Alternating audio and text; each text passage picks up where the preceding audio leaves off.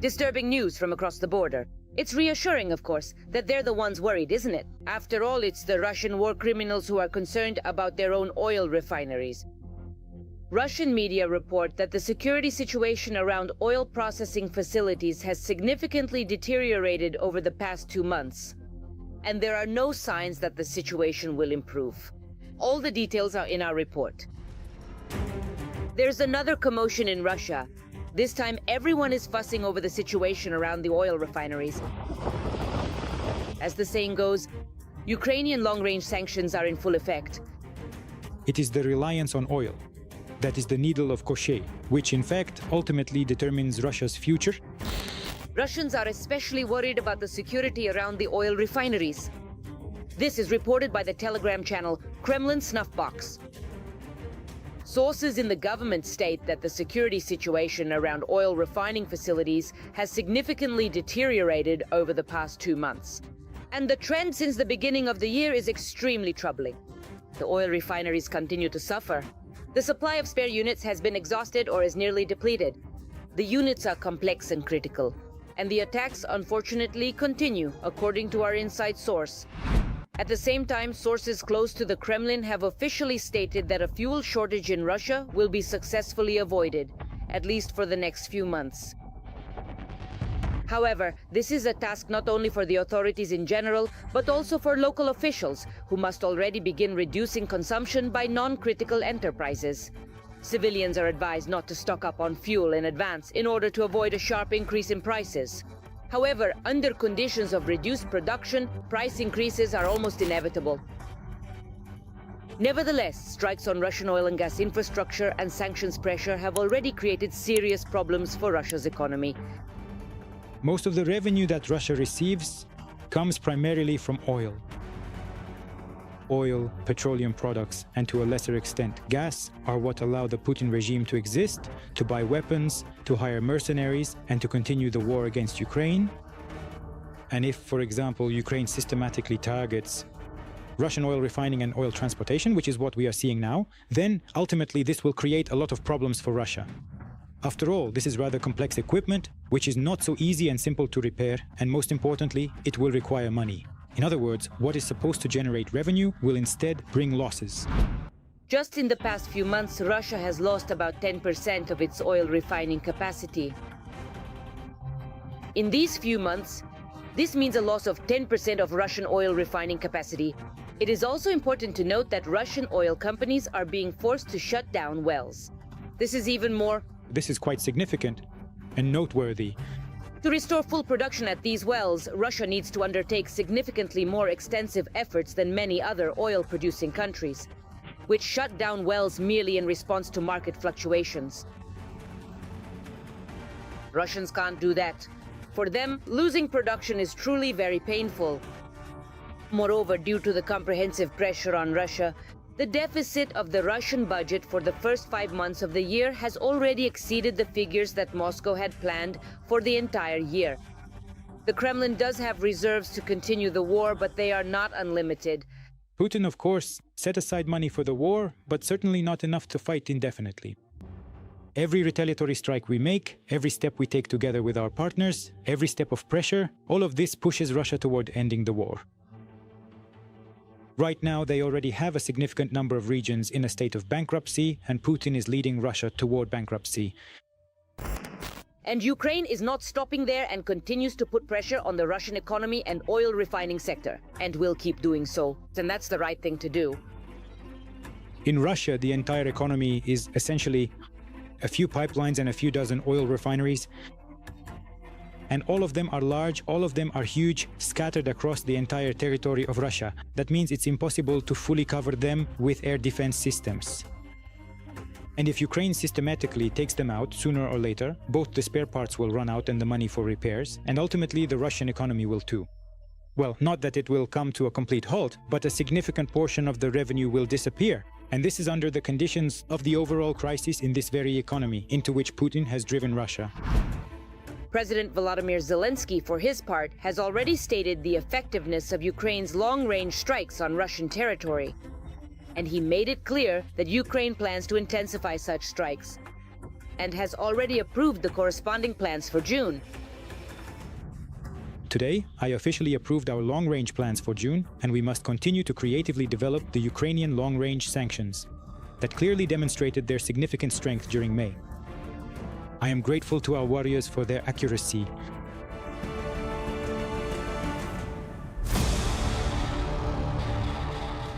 And now we move to the Kupiansk and Lyman directions of the front. Yes, these are sacred targets for Putin and for all his cohorts. Accordingly, the situation here is extremely tense. In the Kupiansk direction, the enemy carried out 3 assault actions towards Kurilivka, Kivsharivka, and Novoplatonivka. One of these attacks is still ongoing. In the Lyman direction, the enemy has attacked twice towards Zarekny and Lyman.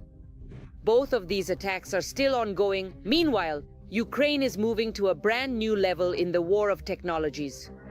This includes its own guided aerial bombs, new long-range missiles, and several joint projects with Europe. The Ukrainian defense sector is rapidly increasing its capabilities. How is the war forcing Ukraine to become one of the strongest producers of modern weaponry? We'll tell you right now. Ukraine has created its own guided aerial bomb, and this is no longer just an experiment or a project on paper. According to Defense Minister Mikhailo Fedorov, the bomb has passed all necessary tests and is ready for combat use. It took 17 months of work by Ukrainian engineers to develop it. The project was implemented with the support of the Brave Own platform, a state initiative focused on developing military technologies. The main thing is that this is a completely Ukrainian development. It's not a copy of a Western or Russian weapon, but a system created for real-world conditions of modern warfare. A regular bomb, well, how far can it go? Even from maximum altitude, it can only reach about 10 to 12 kilometers when dropped from a high-speed aircraft. Here, the operational range is already significantly greater, many times higher than before. That's why such bombs, Russia is frequently and consistently deploying them all along the front line war. In fact, without the devastating strikes from these bombs, the Russian local assaults would simply not be possible. When infantry is thrown directly at Ukrainian fortifications, however many are killed, that's how many are killed. Each time, sometimes during the most intense assaults, up to 150 of these bombs are dropped in a single day. The new Ukrainian guided aerial bomb is capable of striking fortifications, command posts, and other targets tens of kilometers away, deep into enemy territory.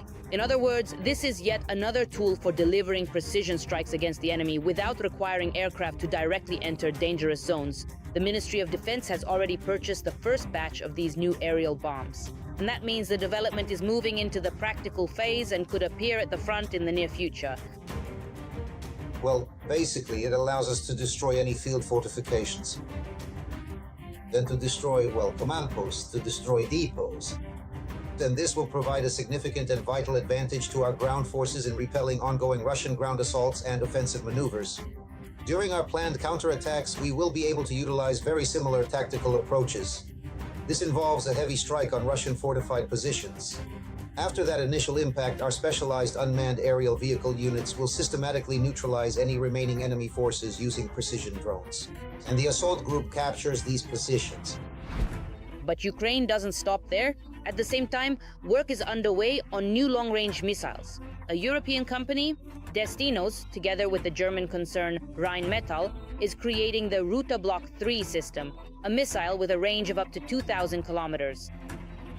The new missile will have a warhead weighing 250 kilograms and a modern navigation system that will allow it to operate even under GPS signal jamming conditions. This is important in modern warfare, where electronic warfare systems have become one of the key factors. Its tests are to be conducted specifically in Ukraine. According to the plan, the first flight tests will begin in 2027. The project is being developed simultaneously in several countries. The main engineering center of Destinos is already operating in the Netherlands. Germany will be responsible for mass production and certification, and Ukraine is responsible for testing, combat adaptation, and the production of certain key components. 70% of Russian enterprises of the Russian military-industrial complex will be within strike range. This essentially means that we will be able to effectively destroy not only military facilities in the border regions and in Crimea, but also gain the capability to reach strategic targets located quite a bit beyond the Ural Mountains. Just a few years ago, Ukraine's defense sector mainly relied on old Soviet designs.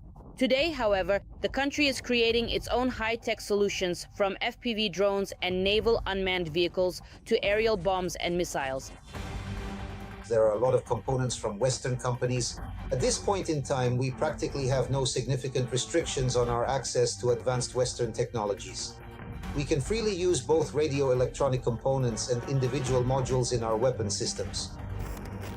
Ukrainian weapons are starting to attract the attention not only of the military, but also of international partners, because a significant portion of these systems has already been tested in real combat conditions.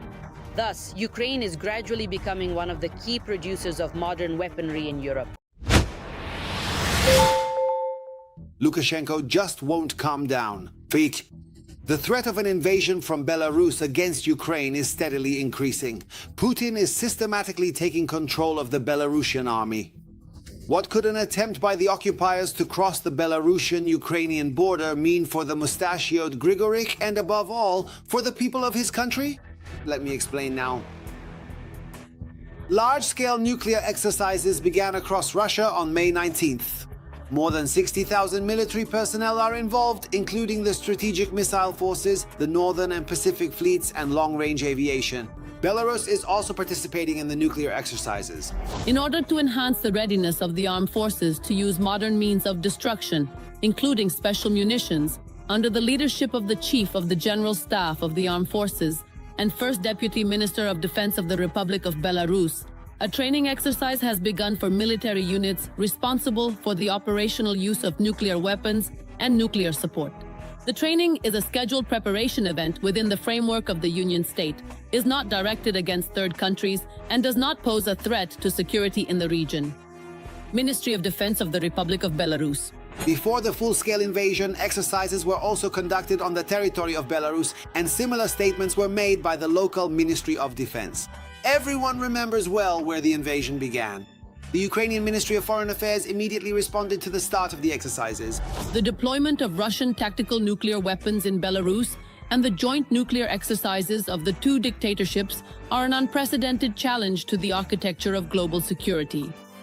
The militarization of Belarus not only undermines trust in international law, but also finally turns Minsk into an accomplice in Russia's nuclear blackmail. The brazenness of Moscow and Minsk, who have deliberately crossed all red lines, cannot go unanswered and must be met with a firm, unified response and systematic containment of both regimes by the Euro-Atlantic community and the entire world. Ukrainian Ministry of Foreign Affairs. Russian tactical nuclear weapons were stationed on the territory of Belarus in mid-2023. And since then, the Russian Federation has increasingly issued threats regarding the use of these weapons and conducted various military exercises. This is one of the elements of intimidation, not only against Ukraine, but against all of Europe.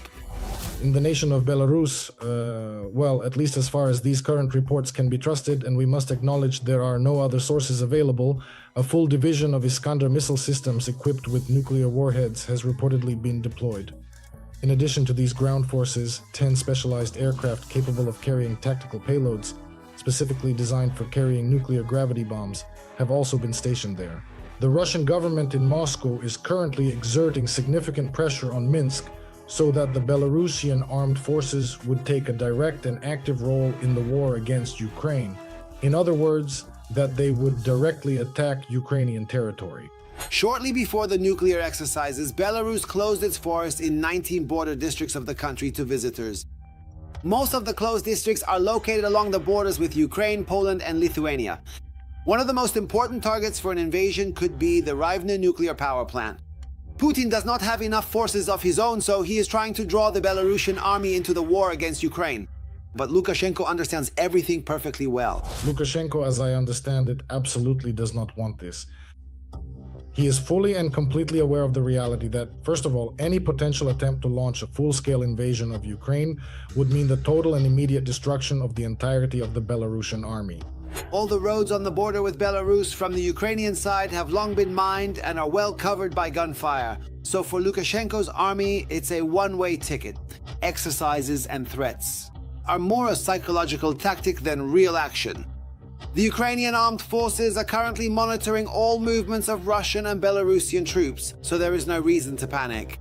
But despite the fact that there are currently not many Russian troops on the territory of Belarus, at any moment Russia can use this platform by transferring additional forces there. There is already a certain amount of blackmail going on regarding the presence of nuclear weapons on Belarusian territory.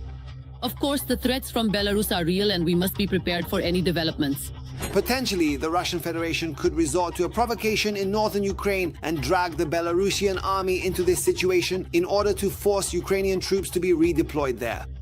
But for this, the aggressor needs a grouping and resources which are currently lacking. And now let's move to the long-suffering Pokrovsk direction of the front. The bloody rampage of the enemy's army continues here as well. In the Pokrovsk direction, the occupiers tried to advance 24 times near the settlements of Novoye Shakhovo, Zatishok, Nikonorovka, Rodinskoye, Toretskoye, Novo-Alexandrovka, Grishino, Kotlino, Kamenka, Sergeyevka, Udakhnoye, Molodetskoye, and Novopavlovka. One significant battle is still ongoing. China is now openly fighting against Ukraine. Evidence has emerged that several hundred Chinese soldiers are already fighting on the side of the occupiers. And the military forces of Vladimir Putin are being trained in China in sophisticated military skills, especially in handling UAVs. More exclusive details are available in the following report by my colleagues. China has secretly trained hundreds of Russian occupiers for the ongoing war. As is tradition, we dedicate this to one of the integral components of the comprehensive partnership. European intelligence reports indicate that we are talking about a total of roughly 200 servicemen who underwent training in China towards the very end of 2025. Based on information provided by a total of 3 European intelligence agencies and documents carefully examined by Reuters, towards the end of last year, the Chinese armed forces secretly provided training for approximately 200 Russian servicemen on Chinese territory. And some of them later returned to actively participate in combat operations in Ukraine. This information indicates a deeper involvement of China in the conflict. As the publication writes, the training took place at military facilities in Beijing and Nanjing. But Russia, of course, still denies this.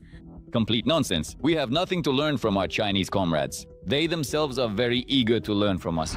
This document also mentions the training of Chinese military personnel at Russian training grounds. The primary focus was on the use of drones, countering drones, sophisticated electronic warfare, army aviation, and the tactical operations of armored units. And the program itself was formalized by a Russian-Chinese agreement signed in the summer of 25. The Russians, much like us, possess an incredibly vast amount of specialized expertise in conducting modern warfare. This is a truly formidable and significant strategic asset. And the Chinese, on the other hand, it is important to note that the Chinese can share advanced technologies for producing various types of sophisticated weapons, where weapons, equipment, and a whole lot of other things are concerned, where the Russians have unfortunately and quite significantly fallen behind the curve. This was mutually beneficial since hundreds of Chinese military personnel were supposed to undergo training in Russia. The mutual agreement also prohibited any mention of the visits in the media and the sharing of information with third parties. According to the report, Chinese military officers traveled to Russia for training. The Chinese military has not had any actual combat experience since 1979, when they fought a brief border conflict against Vietnam. In contrast, Russia has gained significant combat experience thanks to the ongoing war in Ukraine and other conflicts. China is now actively preparing for a potential military conflict in East Asia, specifically regarding the situation in Taiwan. Some of the military personnel have already been identified among Russian drone operators in occupied Crimea and the Zaporizhzhia region. Among the military trained in China, there were also representatives of Rubicon, this specialized Russian elite drone unit, whose presence often exerts a significant influence over the course of events in the frontline regions of Ukraine. And no matter how much Beijing traditionally claims a neutral position that China advocates for a peaceful resolution to the war, in practice, the reality is quite the opposite. The relationship between Putin and Xi Jinping has been close for many years. Regarding their cooperation within the economic sphere, their trade now has reached a total of about $240 billion. They are also getting closer in the military sphere. China supplies Russia with dual-use equipment for the needs of the war against Ukraine. But this latest report, if it is to be believed, and of course we need to be cautious because it is still based on leaks, China is now directly trading with Russian military personnel. The Chinese Ministry of Foreign Affairs stated that this did not happen. And once again, the old tunes started playing. The country maintains an objective position and asks not to fuel confrontation. In the current global landscape, Russia has effectively become one of those strategic assets that these two major world players are constantly trying to utilize in their ongoing struggle for dominance against each other. When you look at the situation by and large, it becomes clear that neither the United States nor the People's Republic of China truly needs a strong or independent Russia to emerge on the world stage. Both sides only need it as a raw materials appendage. And it is for this raw materials appendage that they are competing. But in reality, China is helping the Russians in every possible way through barter. This could be official military cooperation. It's actually quite comparable to what North Korea did with Russia, when North Korea deployed a force of more than 10,000 military personnel to the Kursk region. This is a new level of interstate cooperation. However, officially there have been no Chinese troops on the front lines in Ukraine. After Russia launched its full-scale invasion of Ukraine, Moscow and Beijing significantly intensified their military cooperation. Of course, the Chinese government will categorically deny these allegations. The Chinese government claims that it is not actively participating in the war in any direct military capacity. But if we are to believe this report, in reality, it is involved and is actively assisting the Russians to master new technologies that China itself provides. China officially declares its neutrality, but in reality, it provides economic, diplomatic, and technological support to Russia in the war against Ukraine. It was a successful, productive, and eventful collaboration. During Putin's last visit to Beijing, the country signed about 40 documents, but it is unknown how many of them were classified. What other forms of cooperation could they have offered each other? And exactly how many other hidden secrets do Xi Jinping and his loyal Russian subordinate have?